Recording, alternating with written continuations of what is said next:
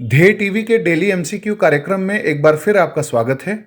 इस कार्यक्रम में हम आईएएस, पीसीएस और अन्य प्रतियोगी परीक्षाओं के बहुविकल्पीय प्रश्नों पर चर्चा करते हैं। तो आइए शुरू करते हैं आज का पहला सवाल। हाल ही में सुब्रमण्यम भारती की वर्षगांठ मनाई गई है।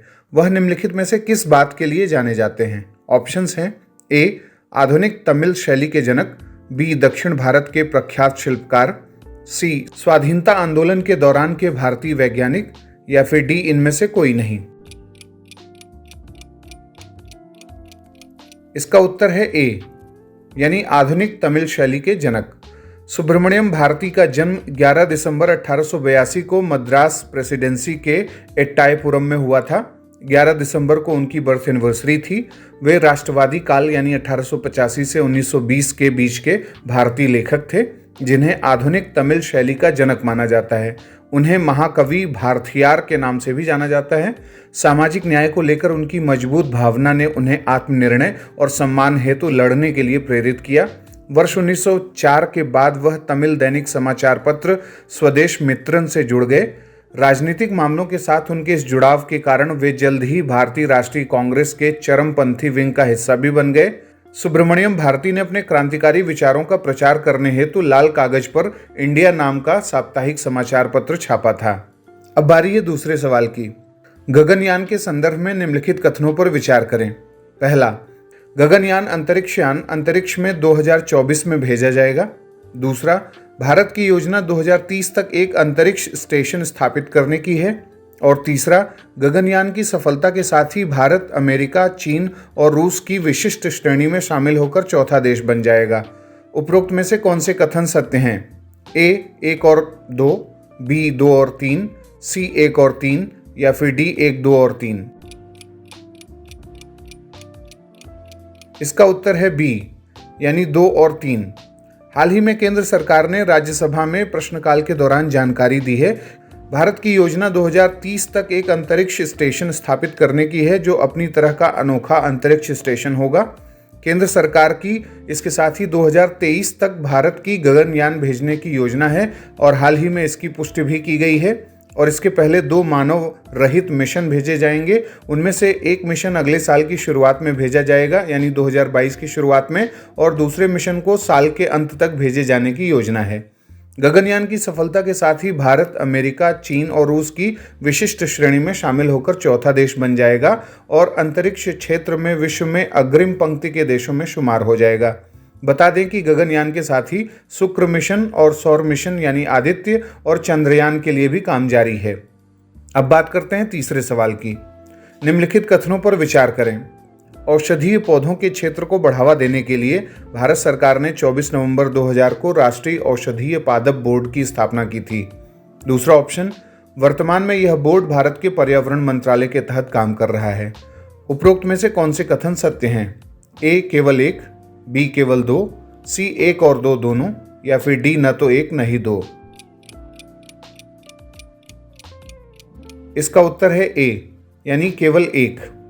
हाल ही में राष्ट्रीय औषधीय पादप बोर्ड और लखनऊ स्थित केंद्रीय औषधीय और सुगंध पौधा संस्थान ने औषधीय पौधों के बेहतर गुणवत्ता वाली रोपण सामग्री यानी क्वालिटी प्लांटिंग मटेरियल के उत्पादन को बढ़ावा देने के लिए प्रोत्साहन देने के लिए संयुक्त सहयोगात्मक प्रयास के लिए एक ज्ञापन समझौते पर हस्ताक्षर किया है।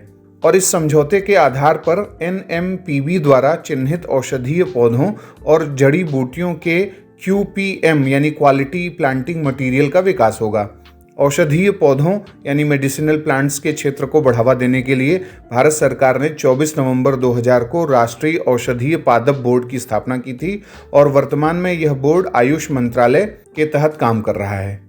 NMPB का प्राथमिक उद्देश्य विभिन्न मंत्रालयों, विभागों, संस्थानों के बीच समन्वय के लिए एक उपयुक्त तंत्र विकसित करना है और इसके अतिरिक्त राष्ट्रीय और अंतर्राष्ट्रीय दोनों स्तर पर औषधीय पौधों के क्षेत्र के समग्र विकास, उनके संरक्षण, उनकी खेती, व्यापार और निर्यात, इनके विकास हेतु नीतियों और कार्यक्रमों को लागू करना है।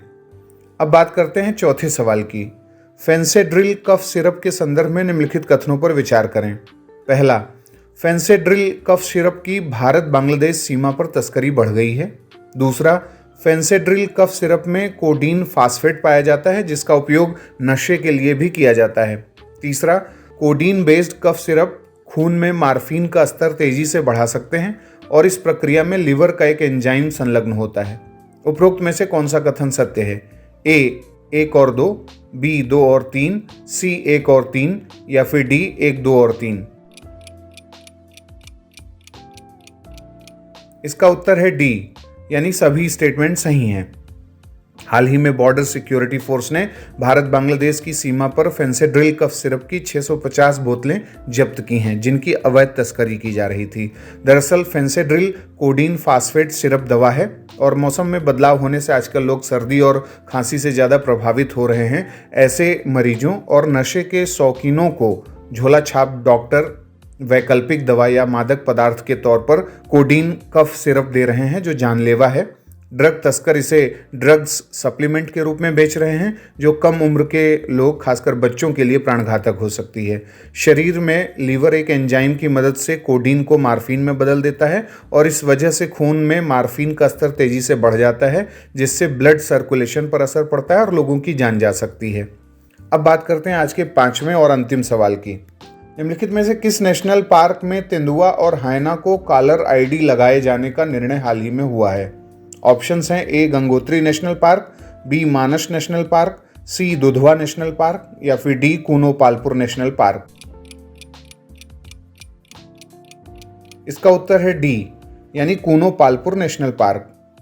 मध्य प्रदेश स्थित कूनो पालपुर नेशनल पार्क में अब पार्क प्रबंधन पर्यटकों को तेंदुआ और हायना दिखाने की तैयारी कर रहा है और इसके लिए विशेषज्ञों का दल तेंदुआ और हायना को कॉलर आईडी लगाएगा।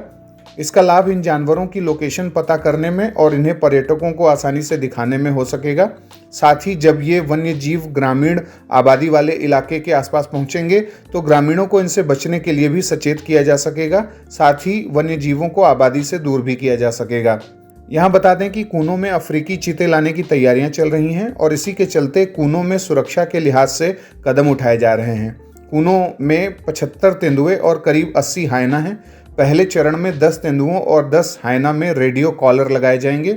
इसकी अनुमति WII यानी wild life institute of India यानी भारतीय वन्यजीव संस्थान देहरादून से भी मिल चुकी है और रेडियो कॉलर लगाने के लिए देहरादून से एक्सपर्ट की टीम जनवरी 2022 में कूनो में आएगी। तो ये था आज का हमारा डेली MCQ कार्यक्रम। आपके 5 में से कितने सवाल सही हुए, कितने गलत हुए, ये आप हमें कमेंट बॉक्स में बताएं। अगले कार्यक्रम के साथ जल्द ही हाजिर होंगे। इजाज़त दीजिए, नमस्कार।